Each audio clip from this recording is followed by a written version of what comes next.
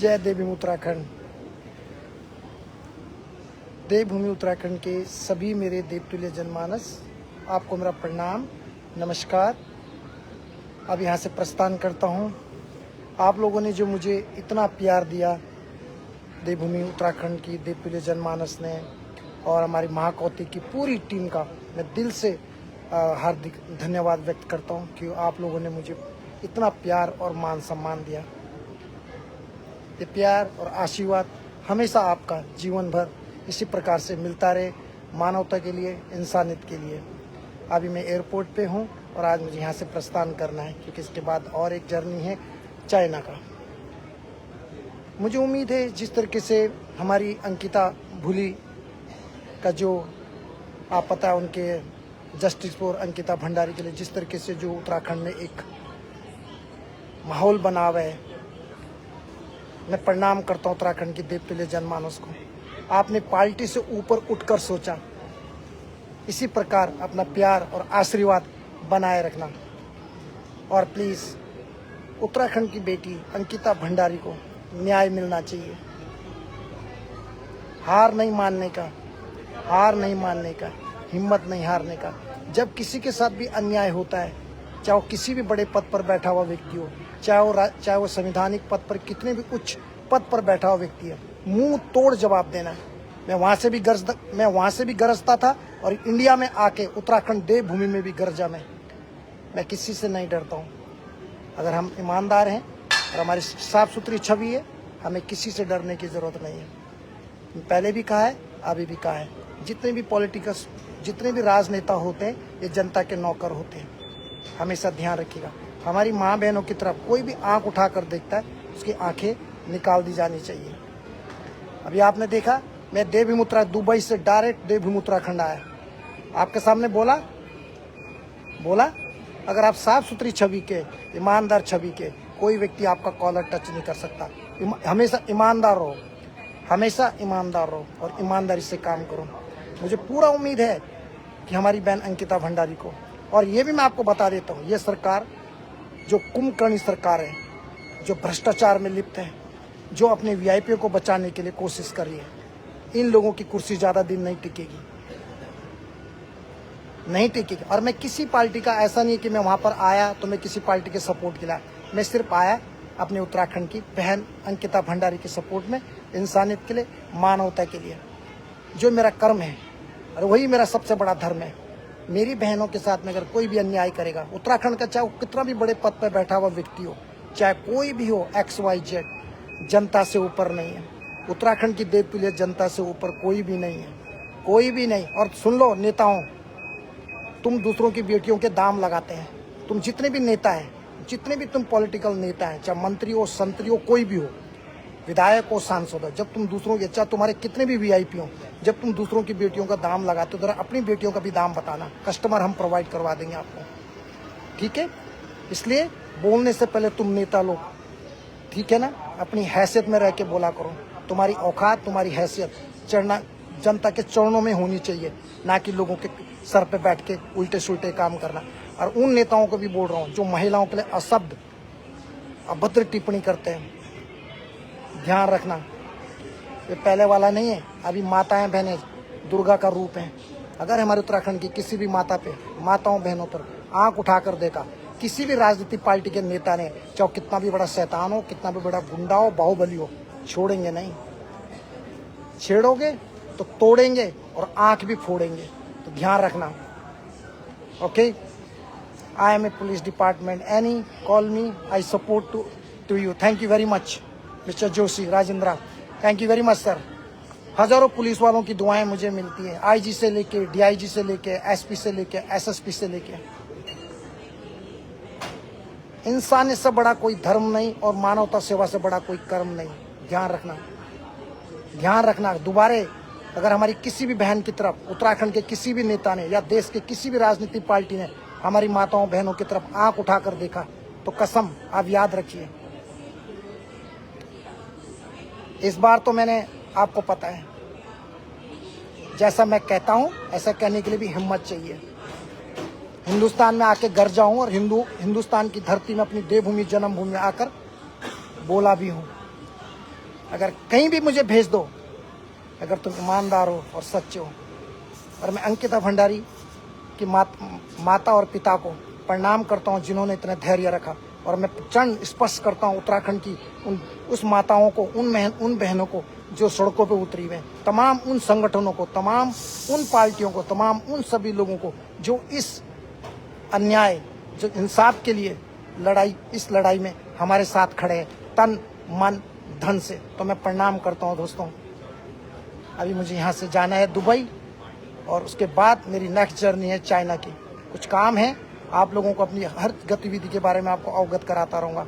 और मैं धन्यवाद करता हूँ आदरणीय बड़े भाई हरीश असवाल जी का, जिन्होंने इतना प्यार दिया। गिरीश कोटनाला जी, हमारे महाकौथिक की पूरी टीम, जितने भी उसमें कार्यकर्ता से लेके, संयोजक से लेके और अध्यक्ष से लेके, चेयरमैन से लेके, तमाम उन माताओं बहनों का मैं धन्यवाद करता हूँ जो महाकौतिक मुझे हर साल इतना इज्जत, इतना सम्मान देती है। और गढ़वाल सदन का भी बहुत बहुत धन्यवाद, जिन्होंने जो 102 साल पुरानी गढ़वाल सदन दिल्ली में है, वहाँ भी लोगों ने जो मुझे इतने लोगों ने प्यार सम्मान दिया। तमाम उन पत्रकार बंधुओं का, जितने भी, चाहे डिजिटल पे हों, चाहे पोर्टल पे हों, चाहे प्रिंट मीडिया हो, तमाम मीडिया बंधुओं का भी मैं चरण स्पर्श करता हूँ, धन्यवाद करता हूँ कि आप निरंतर मेरे उत्तराखंड की बहन, उत्तराखंड की बेटी, भारत की बेटी अंकिता भंडारी के लिए जिस तरीके से आप पत्रकार बंधु, तमाम संगठन तन मन धन से अन्याय के खिलाफ लड़ रहे हैं, तमाम उन बीजेपी के नेताओं को भी जिन्होंने अपनी भारतीय जनता पार्टी को लात मार दी है, अपनी भारतीय जनता पार्टी अपने पदों से, विभिन्न पदों से त्याग पत्र दे दिया,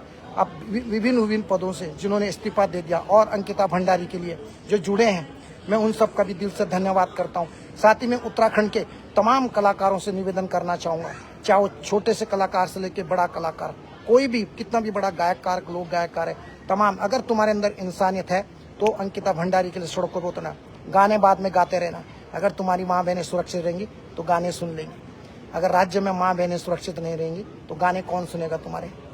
हमेशा यही कहोगे, लाइक शेयर कमेंट्स ऐसे ही बोलोगे?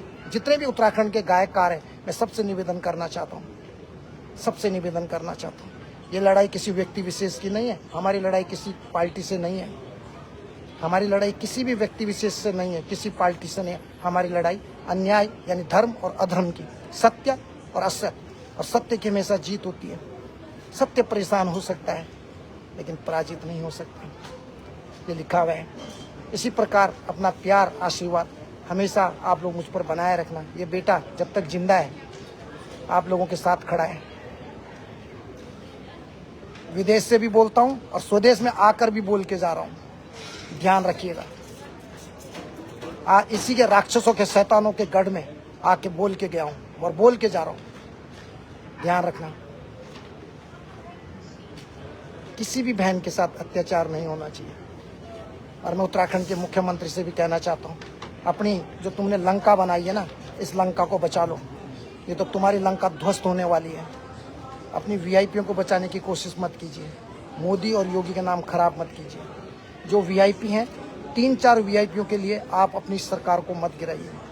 बड़ी मुश्किल से योगी और नियोगी ने, पहले अटल आडवाणी जी ने ये पार्टी बनाई, उसके बाद अब मोदी जी और योगी जी ने, लेकिन तुम जैसे राक्षसों ने, वीआईपीओं ने, तुम्हारे कुकृत्यों ने, जो हवानियत वाले जो वीआईपी बैठे हुए हैं, तुम पे दम है तो जनता के सामने परेड ग्राउंड में जाकर अपनी सफाई दीजिए, नार्को टैक्स कराइए और जनता को सफाई दीजिए। और मैं मुख्यमंत्री धामी को भी कह देना चाहता हूँ, ये झूठे केस लोगों पे डालना बंद कीजिए, क्योंकि कुर्सी तुम्हारी भी खिसकने वाली है। तुम ज़्यादा दिन मुख्यमंत्री नहीं रहोगे, मेरा वादा है आपसे। एक जीन्स की पैंट के लिए त्रिवेंद्र, एक जीन्स की पैंट पर भूतपूर्व मुख्यमंत्री तीरथ सिंह रावत ने कमेंट्स दिया था, याद है? तुरंत बीजेपी के जो अध्यक्ष हैं, पार्टी ने उनको निष्कासित कर दिया था, मुख्यमंत्री पद से हटा दिया था।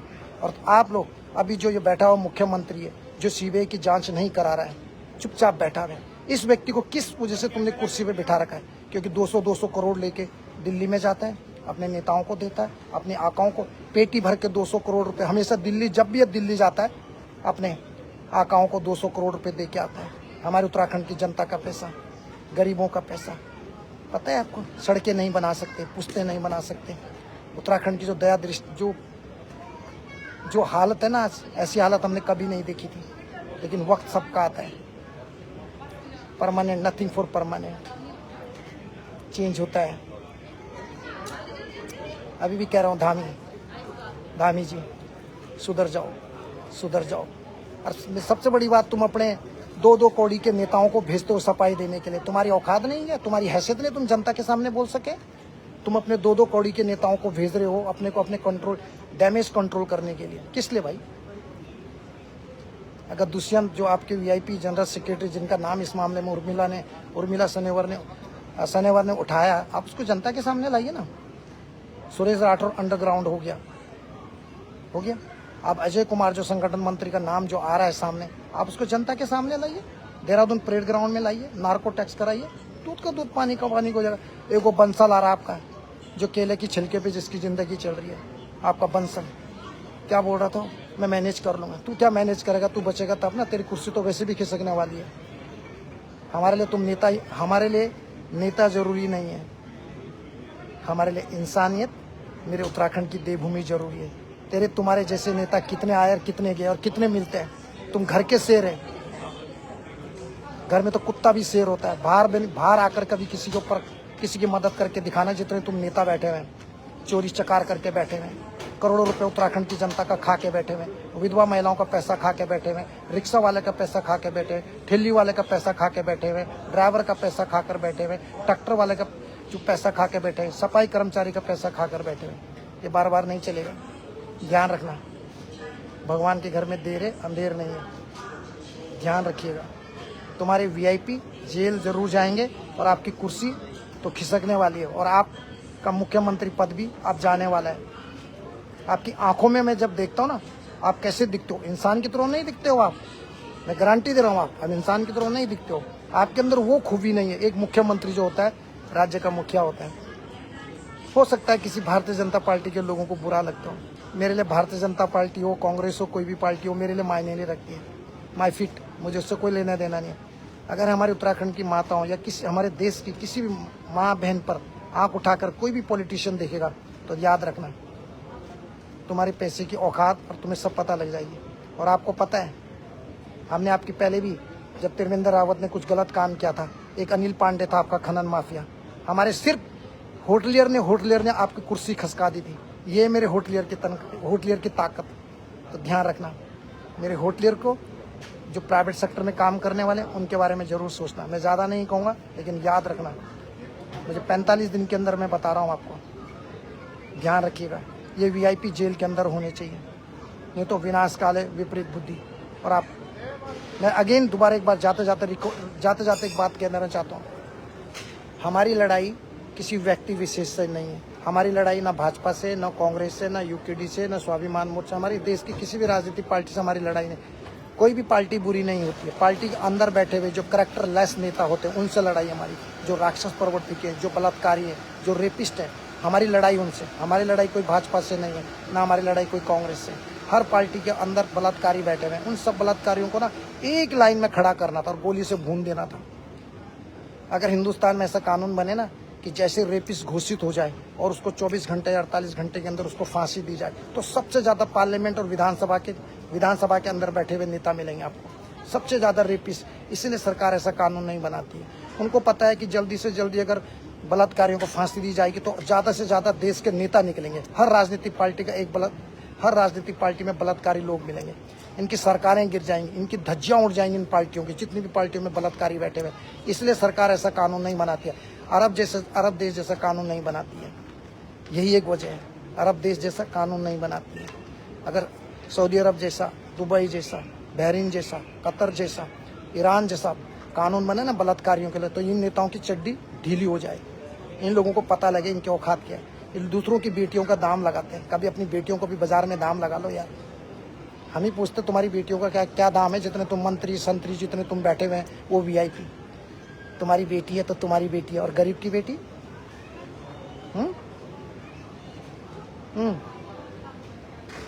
बताना मुझे।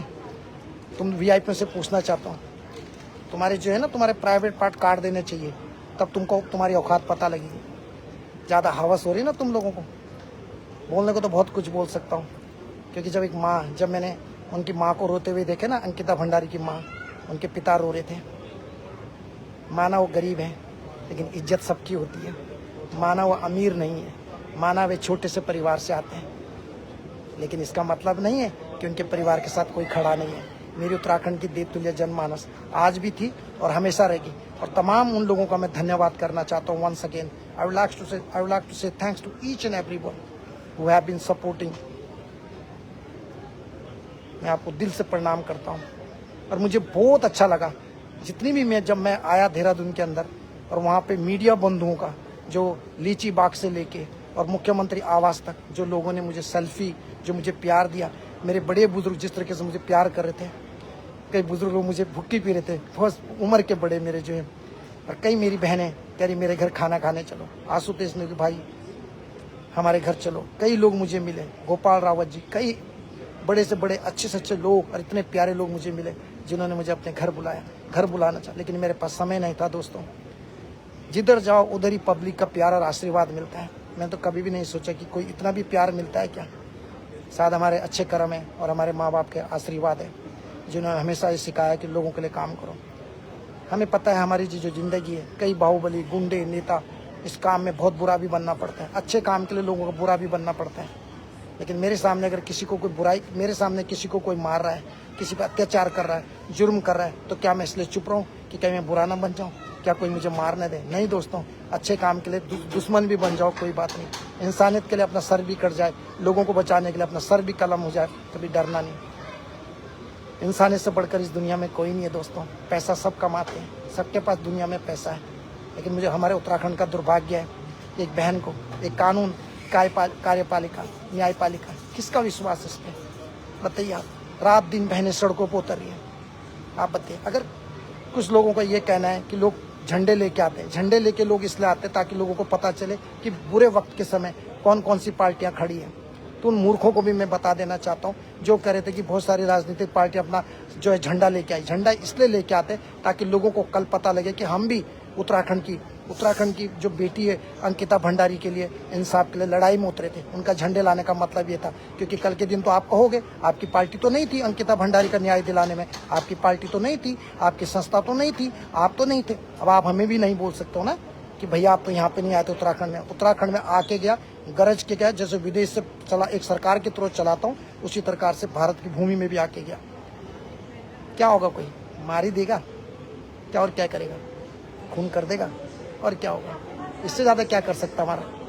क्या हमारा पति है? मुझे जाना सबने भगवान के घर पे, सबने भगवान के घर पे जाना है। हमेशा कोई नहीं रहता इस दुनिया में, लेकिन दुर्भाग्य तब होता है जब लोग राजनीतिकरण करते हैं। ऐसी क्या मजबूरी है भारतीय जनता पार्टी के राष्ट्रीय अध्यक्ष मुख्यमंत्री धामी जी उत्तराखंड के, इनकी ऐसी क्या मजबूरी है कि चुपचाप बैठे हुए? ऐसी क्या मजबूरी है कि विधानसभा स्पीकर रितु भूषण खंडूरी जो चुपचाप है? ऐसी क्या मजबूरी है कि बिगड़ैल जो है गिरधारी लाल शाह जो रेखा आर्या का पति है, रेखा आर्या की क्या मजबूरी है जो मुंह नहीं खुलता है? ऐसी क्या मजबूरी है जो महिला आयोग का मुंह नहीं खुलता है? ऐसी क्या मजबूरी है जो नेताओं 70 विधायकों में से किसी विधायक का मुंह नहीं खुलता? ऐसी क्या मजबूरी है कि तीन राज्यसभा सांसद हैं, उनका मुंह नहीं खुलता? शायद उनके घर में माँ नहीं है, शायद उन्होंने माँ की कोख से जन्म नहीं लिया होगा। ऐसी क्या मजबूरी है कि जो हमारे 5 सांसद हैं वो अपना मुंह नहीं खोलते? उनकी भी क्या मजबूरी है? शायद उन्होंने भी माँ की कोख से जन्म ना लिया हो, इसलिए उन्हें एक माँ का दर्द महसूस नहीं होता है। अब राजनीति कीजिए, खूब राजनीति कीजिए, चुनाव लड़िए, चुनकर आइए, जीत कर आइए, पर विद रिस्पेक्ट, विद डिग्निटी। ये बहुत जरूरी है आपके लिए, ये बहुत जरूरी है। मैं फिर कह रहा हूँ, मेरी किसी पार्टी से, मेरी किसी भी राजनीति से कोई दुश्मनी नहीं है, ना मेरा कोई दुश्मन है। मैं लोगों के लिए दुश्मन बनता हूँ, लोगों के लिए लड़ता हूँ और लड़ता रहूँगा दोस्तों। एक ब्रह्मचारी आदमी हूँ, आज भी लड़ रहा हूँ, कल भी लड़ रहा हूँ। बस आपका प्यार और आशीर्वाद हमेशा मिलता रहे। हम तो भगवान से प्रार्थना करते हैं कि आने वाला समय मेरे उत्तराखंड का भविष्य उज्जवल हो।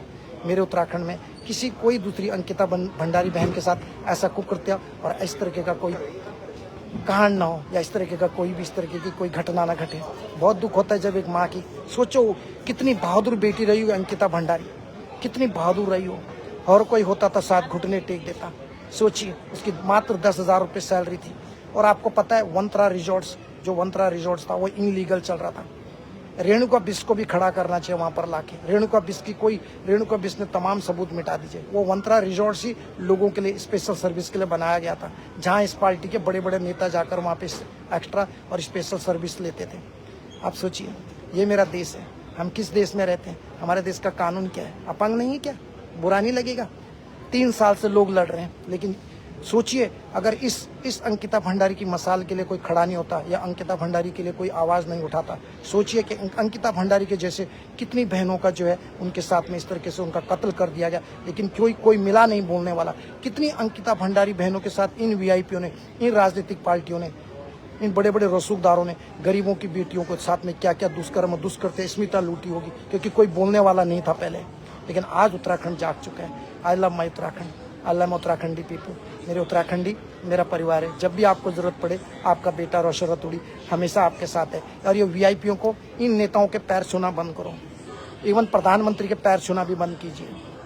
जिस प्रधानमंत्री के दिल में, प्रधानमंत्री जी ने एक शब्द नहीं कहा मेरे उत्तराखंड के लिए, तब आएंगे 2-3 गढ़वाली लैंग्वेज पढ़ेंगे हमारे मोदी जी, और तब बोलेंगे दीदी भुलाऊं बड़ा सुना, तुम्हारी इन चिपली गिच्ची से मेरा देश नहीं चलता। मोदी जी आपको बोलना चाहिए, मोदी जी आपका मुंह खुलना चाहिए। और हमारे योगी जी को भी निवेदन करना चाहूँगा, जो हमारे आइडियल हैं, आदरणीय योगी आदित्यनाथ जी, आपसे भी कहना चाहता हूँ कि आपको भी अपनी बात रखनी चाहिए।